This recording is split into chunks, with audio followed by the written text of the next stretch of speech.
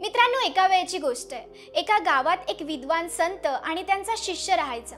ज्यावेळी त्या संताची मरणाची वेळ आली त्यावेळी त्याने त्याच्या शिष्याला जवळ बोलावून सांगितलं की बाळा, एक गोष्ट लक्षात ठेव, आयुष्यात कधीच मांजर पाळू नकोस. हे ज्यावेळी त्या शिष्याने ऐकलं त्याला समजलं नाही. मांजर पाळू नकोस म्हणजे? त्या शिष्याने विचारलं, पण उशीर झाला होता.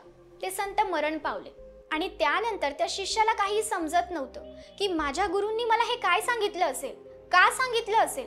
मांजर पाळू नकोस म्हणजे मी मांजर का पाळेल आणि आयुष्यात कधी मांजर पाळायची नाही म्हणजे? त्या शिष्याला कळत नव्हतं, पण त्याला माहिती होतं की त्याचे गुरु ज्यावेळी काही सांगतात त्याचा काहीतरी गहन मोठा अर्थ असतो आणि त्याने तो अर्थ जाणून घेण्याचा प्रयत्न करण्याचं ठरवलं. आणि एके दिवशी त्या शिष्याला स्मरण झालं त्याच्या गुरूंच्या मित्राचं आणि मग त्या शिष्याने ठरवलं की आता त्यांच्याजवळ जाऊन या प्रश्नाचं उत्तर शोधायचं.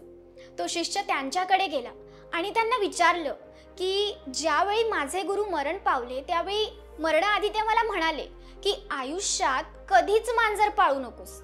याचा अर्थ काय आहे? ज्यावेळी त्या संताच्या मित्राने हे ऐकलं त्यावेळी ते हसले आणि त्या शिष्याला म्हणाले की माझ्या गुरूंनी सुद्धा मला हे ज्ञान दिलं होतं, पण मी त्याला फारसं महत्त्व दिलं नाही. मी ती गोष्ट विसरून गेलो आणि त्यामुळेच कदाचित आज माझी ही परिस्थिती आहे. तुला माहिती आहे, तुझ्या गुरूंनी मरण्याआधी त्या एका ओळीत तुला जीवनाचा पूर्ण सार सांगितला आहे. तो कसा ते मी तुला समजावतो. आणि ते म्हणाले की ज्यावेळी माझ्या संन्यासी जीवनाची सुरुवात झाली मी एका वनात राहू लागलो. वनात मी एक झोपडी तयार केली आणि त्या वनाच्या अगदी जवळच एक गाव होतं जिथे मी भिक्षा मागण्यासाठी जायचो. पण समस्या अशी होती, माझ्या झोपडीत बरेच उंदीर झाले होते आणि ज्यावेळी मी भिक्षा मागायला जायचो ते माझ्या सगळ्या वस्तू खराब करायचे, माझे कपडे कुरतडायचे आणि मी संन्यासी असल्यामुळे माझ्याकडे फारसे कपडे नव्हते, म्हणून माझ्यासाठी ती मोठी समस्या होती. आणि ज्यावेळी मी माझी ही व्यथा गावातल्या लोकांना सांगितली त्यांनी मला उपाय सांगितला की तुम्ही मांजर का पाळत नाही? जर तुम्ही मांजर पाळली तर तुमच्या झोपडीतले उंदीर पळून जातील. आणि मी अगदी तसंच ठरवलं. मी मांजर पाळली आणि मांजर पाळल्याने खरोखर उंदरांची समस्या दूर झाली. पण मग त्या मांजरीसाठी दुधाची व्यवस्था मला करायला लागायची आणि मी ज्यावेळी गावात भिक्षा मागण्यासाठी जायचो त्यावेळी मला दूधही मागावं लागायचं. काही दिवस लोकांनी मला दूध दिलं, पण त्यानंतर मनाई केली की आम्ही तुम्हाला रोज रोज दूध नाही देऊ शकत. मग मला गावातल्या 2-3 जणांनी असं सुचवलं की तुम्ही गाय का नाही पाळत? जर तुम्ही एक गाय पाळली तर किती छान होईल, तुम्हाला घरीच दूध मिळेल. आणि मला काही सुचत नव्हतं म्हणून मी त्यांचं म्हणणं ऐकलं. मी एक गाय पाळली. आता गाय पाळल्याने दुधाची समस्या तर दूर झाली, पण एक आणखी समस्या वाढली, ती म्हणजे चाऱ्याची. आता गाईला खायला कुठून आणायचं? मी जंगलात राहायचो, पण माझ्या जवळ आसपास असं गवत नव्हतं जे ती गाय खाऊ शकेल. मग मला त्यासाठी सुद्धा गावातल्या लोकांवर निर्भर राहावं लागायचं. मी त्यांच्याकडून चारा सुद्धा मागायचो. 2-3 दिवस 4 दिवस त्यांनी मला चारा दिला, नंतर मनाई केली, नाही म्हणाले आम्ही तुम्हाला रोज रोज चारा नाही देऊ शकत. आणि त्यानंतर गावातल्या लोकांनी मला अजून एक सल्ला दिला आणि त्या सल्ल्यामुळे माझ्या जीवनाचं वाटोळं झालं. गावातले लोक म्हणाले की आमच्या गावात एक विधवा महिला राहते, ती संत लोकांचा खूप सन्मान करते, तुम्ही तिच्याकडून मदत घेऊ शकता. आणि माझ्याकडे कुठलाही पर्याय नसल्याने मी त्या विधवा महिलेकडून मदत घ्यायचं ठरवलं.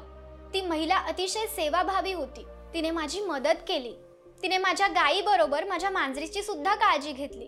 ती महिला तरुण आणि सुंदर होती आणि म्हणून मला तिच्यावर प्रेम झालं आणि मग आम्ही विवाह केला. 1-2 वर्षानंतर आम्हाला संतान सुद्धा झालं. आणि मग त्यानंतर मी संन्यासी कसा? मी संन्यासी नाही राहिलो. आणि मग तेच गावातले लोक मला भोंदू म्हणू लागले, माझा अपमान करू लागले. त्यांनी मला भिक्षा देण्याचंही नाकारलं. आणि मग त्यानंतर मला माझ्या त्या कुटुंबाला सांभाळण्यासाठी खूप कष्ट घ्यावे लागले, कारण कुणीही मला कोणत्याही प्रकारची मदत करायला तयार नव्हतं. आणि आज सुद्धा मला 2 वेळेच्या भोजनासाठी भटकावं लागतं. तुझ्या गुरूंनी तुला सांगितलं की आयुष्यात कधीच मांजर पाळू नकोस. इथे मांजर न पाळण्याचा अर्थ तुझ्या मनाचा कधीच गुलाम बनू नकोस असा होतो. माझ्या या गोष्टीमध्ये ते गावातले लोक मनाचं प्रतीक होते. जसं मन आपल्याला वेगवेगळ्या प्रकारच्या गोष्टी करण्यासाठी सांगत असतं, अगदी त्याच प्रकारे ते गावातले लोक त्या संताला वेगवेगळ्या प्रकारच्या गोष्टी करायचं सांगत होते. जर मी त्या गावातल्या लोकांचं पहिलंच म्हणणं ऐकलं नसतं तर बाकीच्या गोष्टींना मला सामोरे जावं लागलं नसतं. म्हणजे तेच, जर मी मांजर पाळली नसती तर आज माझी ही अवस्था राहिली नसती.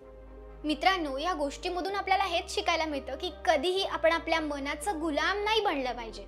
आपण सुद्धा आपल्या मनाचं सगळं ऐकत जातो. मग ते व्यसन करणं असो, एखादं चुकीचं काम करणं असो किंवा मग एखादी चुकीची सवय स्वतःला लावून घेणं असो.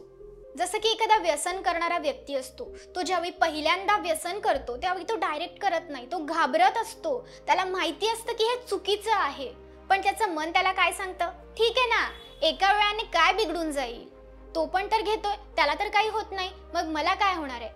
अशा प्रकारे आपलं मन आपल्याला उत्साहित करतो आणि आपण त्याचं ऐकतो. म्हणूनच मनाची प्रत्येक गोष्ट ऐकू नका. थोडक्यात हेच की मांजर पाळू नका.